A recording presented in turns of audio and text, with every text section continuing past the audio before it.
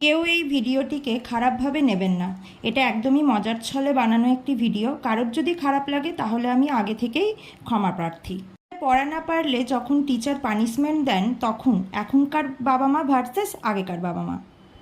এখনকার বাবা মা, স্যার স্যার আপনি আমার বেবিকে পানিশমেন্ট দিয়েছেন কেন? ও কি করেছে? হ্যাঁ, পড়ে পারেনি তো কি হয়েছে?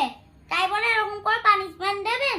দাঁড়ান, আপনার নামে প্রিন্সিপালের কাছে কমপ্লেন করছি।